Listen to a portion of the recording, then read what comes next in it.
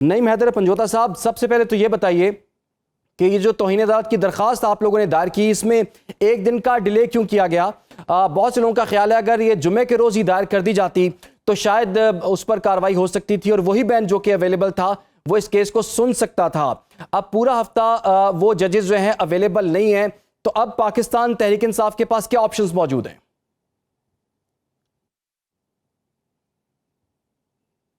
बहुत शुक्रिया, बड़ी नवाजिश आपने मौका दिया। देखिए, फर्स्ट ऑफ ऑल तो सुप्रीम कोर्ट का हुक्मनामा नहीं माना गया, ना शिफा में शिफ्ट किया गया ना बोर्ड बना। और हम ज़ाहिरी बात है जो रात को हुआ इमरान खान साहब के साथ, डॉक्टर फैसल के साथ, डॉक्टर उज़मा के साथ, इमरान खान साहब की जो बहन है, तो ज़ाहिरी बात है वो तमाम तरह हक़ाइक़ पिटीशन के अंदर डालने थे। तो जो लीडिंग लॉयर हैं उन्होंने ये मुनासिब समझा कि सबसे पहले वो एक वीडियो बयान के जरिए या मीडिया से गुफ्तगू करते हुए तमाम हक़ाइक़ बताएं, क्योंकि ट्रीटमेंट होता, मेडिकल बोर्ड बनता, उसकी रिपोर्ट्स आती हैं, तो उन पे गुफ्तगू ममानियत थी कि उस पे गुफ्तगू नहीं करनी। तो जो रात को फ्रॉड हुआ है उस पे तो हमने सुप्रीम कोर्ट जाना है, वो इस्तदा रखनी है उसके अंदर कि रात को हमारे साथ क्या क्या किया गया। तो इसलिए पहले जो है मीडिया से गुफ्तगू की, जिसपे एतराज भी उठाया गया, और वो तमाम हक़ाइक़ जो उन्होंने बयान किए वो हमने पटिशन का हिस्सा बनाने थे और आपने देखा कि वो बनाए। तो उस पे ज़ाहिरी बात एक वक्त दरकार था। जुमे का दिन जो है वो वैसे ही 10-11 बजे तक दायरी उसके बाद नहीं होती। उन्होंने जब गुफ्तगू की उसके बाद जो मुख्तलिफ रहनुमाओं के उनके बयानात थे, अली उज़मा आपा की स्टेटमेंट, डॉक्टर फैसल साहब की स्टेटमेंट, रात को जो सारी सूरत हाल का सामना हुआ, मुख्तलिफ सहाफ़ियों ने जो चीज़ें रिपोर्ट की, वो तमाम एविडेंस हिस्सा बनाया गया और 100 से ज़्यादा सफ़ात के ऊपर ये पटिशन जो है वो है। और इस पे ज़ाहिरी बात है 5-6 घंटे लगे तैयार नहीं होते मैदर होते। पंजोता साहब, आप बता रहे हैं कि 100 से ज़ायद पेजेस पर मुश्तमिल ये पिटीशन थी, तो आप तो माशाल्लाह खुद वकील हैं, कानून आइन को समझते हैं। इतनी देर आपने कर दी कि वो टाइम निकल गया। वो जो जजेस ने अवेलेबल होना था वो अगले पूरे हफ्ते के लिए अवेलेबल नहीं है। तब आपके पास अब क्या कानूनी हिकमत अमली क्या है? ऐसा नहीं हो सकता था, चूंकि आपको तो पता था कि इन्होंने नहीं लेके जाना शिफा, तो आप कोई 2-3 पेजेस की इनिशियली कोई जो है वो पिटीशन दायर कर देते, उसके बाद पेपर वर्क चलता रहता आपका। नहीं, देखें, उसके बाद पेपर वर्क करते और उसके ऊपर एतराजात लग जाते तो वो ज्यादा मामला डिले हो जाता।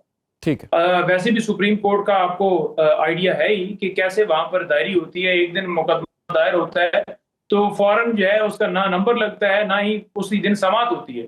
अभी भी देखें ना, कल हमने पटिशन दायर कर दी थी, अभी तक उसको कॉल लिस्ट के अंदर शामिल नहीं किया गया। तो आपको पता ही पाकिस्तान में अदलिया गई, तो ये कहमें हमारे ऊपर डाला जा रहा है कि शायद इनकी तरफ से डिले था। वो हकायक लाना, मुफस्सल तफसील के साथ पटिशन दायर करना एक टाइम के ऊपर, बेशक वो वक्त लग जाए, वो ज्यादा जरूरी था, ना कि हम ऐसी पटिशन आदि डालते जिसमें 10 दिन और लगा देते एतराजात को दूर करते करते और दोबारा लगाते। अब आपने कल दायर कर दी, सुबह हम इस्तदा कर रहे हैं, पार्लियामेंटेरियंस बुकला हम सारे जाएंगे और वहां हम इस्तदा करेंगे कि वीडियो लिंक के जरिए जो है वो बेंच मुयस्सर किया जाए, क्योंकि इससे पहले चीफ जस्टिस साहब ये कार्रवाई कर चुके हैं। जब ईरान और अमेरिका के मुज़ाकरात थे, रेड सील था, तो उस वक्त ये आपकी बात दुरुस्त है कि इससे पहले ये प्रैक्टिस हो चुकी हुई है। वीडियो लिंक के जरिए जो है वो उन जजेस का जो है वो बेंच बन सकता है। बिल्कुल, और के अंदर है, बाकी दोनों जजेस जहां पर ठीक है, जिससे शायद वीडियो लिंक के जरिए शामिल करके तो यही बेंच सुने, और दूसरा बेंच सुन ही नहीं सकता, क्योंकि जो ऑर्डर था लास्ट उसके अंदर ये लिखा हुआ है वाज़ेह तौर पर कि this shall be treated as a part head, यानी इसकी समाअत पेंडिंग है, ये केस है वो खत्म नहीं हुआ, ये केस डिस्पोज ऑफ नहीं हुआ, तो यही बेंच सुनेगा। नहीं हैदर पंजोता साहब, आप जवाब से मुतमईन हुए हैं? देखिए जी, बात यह है कि सुप्रीम कोर्ट का हुक्मनामा था कि खान साहब को शिफा इंटरनेशनल हॉस्पिटल के अंदर शिफ्ट किया जाए, उनके ऊपर मेडिकल बोर्ड बने, उस मेडिकल बोर्ड के अंदर जो स्पेशलिस्ट हैं वो हों, डॉक्टर उज़मा हों और उनके ज़ाती मौलिक डॉक्टर फैसल हों। तो ना तो शिफ्ट किया गया शिफा के अंदर, ना ही बोर्ड बना, ना ही डॉक्टर फैसल वहां मुयस्सर हुए। जब पिम्स भी ले गया तो डॉक्टर फैसल को वहीं बिठाया रखा। तो वो अमल जो सुप्रीम कोर्ट ने एक हुक्म दिया था उसको तो तकमील नहीं किया गया, और जहां इन्होंने एक जवाब बनाया कि वहां रश बन गया था, तो इख्तियार वली साहब इनके अपने कोऑर्डिनेटर हैं, वो वाज़ेह कह रहे हैं जी कि देखें वहां पर कोई पीटीआई के लोग नहीं थे, यहाँ पब्लिक रूटीन के मुताबिक होती, और खाटदार तारे लगी थी, मीडिया वाले कुछ लोग थे, यूट्यूबर्स थे। फैसल को ले जाते हुए जब डॉक्टर जो हम समझते कहीं पर हर्डल्स नहीं है, नंबर 1। नंबर 2, जब सुप्रीम कोर्ट ने हुक्म किया कि आपने ये करना है तो आपने क्यों नहीं किया। नंबर 3, आपने बोर्ड बनाना था, कहीं बोर्ड बना नहीं बना। नंबर 4 ये है कि जो डॉन न्यूज के रिपोर्टर हैं उन्होंने खबर दी, उन्होंने कहा जी कि वहां जो रिकमेंडेशन थी ये कि इमरान खान साहब का जो है सीटीए जो है वो हार्ट का कराया जाए, लेकिन पता चला है कि वहां पर ये फैसिलिटी अवेलेबल ही नहीं थी। अब जिससे सुना है कि वजीर आजम साहब ने जो है वो इंक्वायरी खोल दी है, तो वहां ना आपके डॉक्टर्स थे, ना वो बोर्ड बना, ना आपके पास कोई मशीनरी है। ये पहले फिल्म में ड्रामा तो आप 1 साल से लगाए हुए आपने टीका लगाया, लेकर वापस चले गए। प्रॉपर एक्जिमा होना, प्रॉपर ट्रीटमेंट होना था, उस पर रिपोर्ट्स बननी थी, बोर्ड बैठना था, कोई ऐसी कार्रवाई नहीं हुई। तो जिसके लिए हम पागल तो नहीं, हम लेकर चले गए। आप कहें जी एक बीपी वाली मशीन लगा दी, अब नॉर्मल है, ब्लड सैंपल्स लिए आपने हार्ट का वो टेस्ट किया जो डॉक्टर्स ने रिकमेंड किया था, कुछ भी नहीं हुआ ना। तो ऐसा नहीं हुआ, तो लिहाजा ये तौहीन अदालत के मुर्तकिब हैं, इनके खिलाफ नाइली की जो है कार्रवाई करनी चाहिए, इनको सजा देनी चाहिए शहबाज शरीफ समेत, और इमरान खान साहब को शिफ्ट करके उनका प्रॉपर ट्रीटमेंट होना चाहिए। नंबर 1। नंबर 2 ये है कि ये जो बेंच है, ये बेंच इसके पास समाअत होगी, क्योंकि ऑलरेडी इसके पास केस चल रहा है जो सुप्रीम कोर्ट के अंदर केस है, और चीफ जस्टिस के पास इख्तियार है कि फौरी तौर पर जो है उसके ऊपर वीडियो लिंक जनरेट करके खान साहब के हेल्थ के हवाले से। और अगली बात ये कहते हैं जी कि प्राइवेट में नहीं हो सकता, जो इनका नुक्ता है।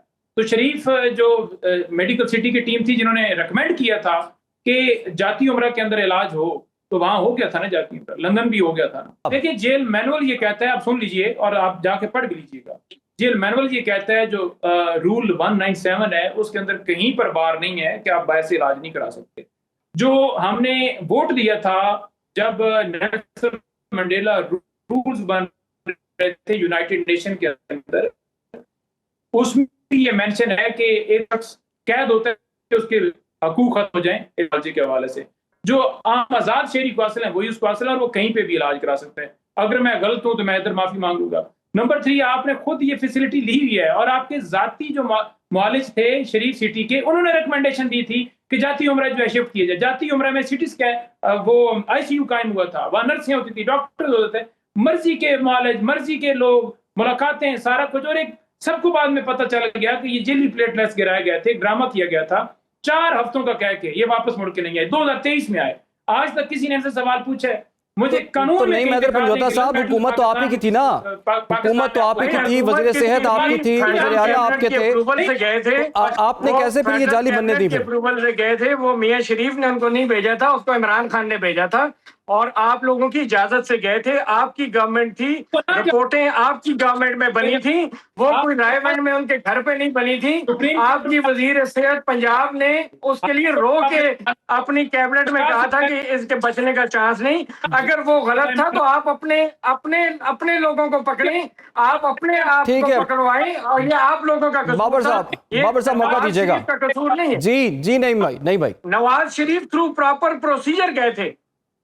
ठीक है, नहीं मैदर पंजोता साहब, नवाज शरीफ क्यों गए? सुन लेना, नवाज क्यों गए जी? हमने नहीं पिटीशन करनी, 6 हफ्तों की जमानत हम मुस्तरद करते हैं, नहीं लेकर जाएंगे। वो हाई कोर्ट में भी 4 हफ्तों के लिए ना जाते, वो कहते जी कि हम इनकार करते हैं, काबीना ने जो फैसला किया हमें मुस्तरद करते हैं, आईन हमें इजाजत नहीं देता, हम जो सरकारी हॉस्पिटल है वहीं इलाज कराएंगे, हम आईसीयू नहीं कायम करेंगे जाती उम्र के अंदर, हम इखलाकी तौर पर अपना फैसला जो है वो अवाम की अदालत में रखते हैं, और जहां आम आदमी इलाज कराता है वहीं हम इलाज करा दें। आपने कोई अस्पताल बनाया ही नहीं है ढंग का जहां आम आदमी इलाज करा सके और वो बच जाए।